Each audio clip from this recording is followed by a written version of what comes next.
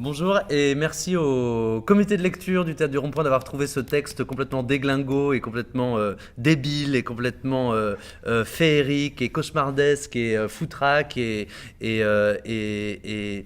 alcoolique et narcotique et fou qu'est Hervart d'Hervé Blutch. Parce que on va se régaler à le jouer. On va faire une colonie de vacances d'acteurs qui vont s'emparer du plateau et qui vont faire un peu beaucoup, n'importe quoi. C'est un peu l'histoire de quelqu'un qui s'allonge sur le divan d'un psychanalyste et où tout à coup, ça fait changer la météo, l'atmosphère, et tout à coup, il crée des cataclysmes parce que subitement, il est tellement furieux qu'il veut dévaster le monde entier. Il est tellement jaloux, il croit tellement que sa femme le trompe, qu'il a envie de détruire l'humanité.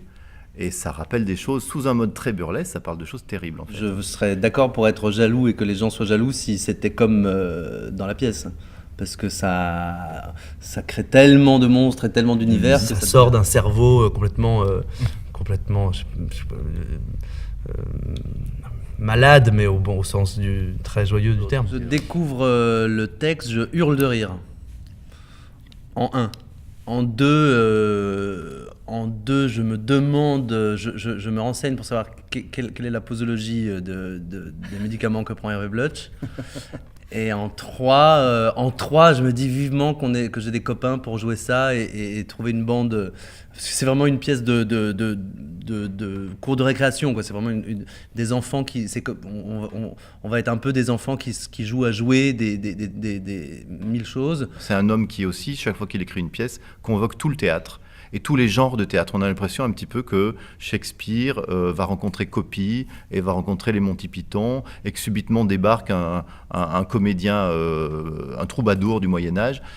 C'est ça qui est beau, c'est le côté anachronique aussi qui me plaît dans ce genre de théâtre. C'est pour ça que ça me fait penser à certains auteurs comme ça, de Lewis Carroll à Copy dont je parlais là, ou d'autres qui me plaisent beaucoup parce qu'ils sont iconoclastes, un peu barré et un peu baroque. J'ai aucune idée préconçue sur quel est ce personnage d'Hervart. Je sais juste que c'est le titre de la pièce. Mais vraiment, j'ai pas d'autre idée que ça. C'est-à-dire qu'il peut encore tout être, il peut avoir tous les âges, toutes les voix, tous les sexes, on décidera ensemble, puis c'est dans la confrontation avec les partenaires et avec le metteur en scène que tout ça se fera. Mais pour l'instant, il est sur le papier. Et il est dans mon fantasme, et dans mes envies, et dans ma gourmandise, mais il n'existe pas encore. On s'en est parlé un peu avec Laurent. A priori, notre intuition, c'est que ça se joue vite, très très vite. C'est que ça doit être un... Moi, quand je le lis, pour l'instant, je me dis, il faut que ça fasse l'effet d'un shot de vodka ou de gingembre ou de quelque chose, tu vois, que tu bois ça comme ça, et puis d'un coup, t'es dopé à la vitamine comme ça. Donc, il va falloir, à mon avis, courir, jouer ça vite, aller entrer à jardin, sortir à court, et puis donner l'effet d'un vertige et d'un tourbillon. Donc, je vais retourner à la piscine. C'est très bien écrit, c'est vraiment du théâtre.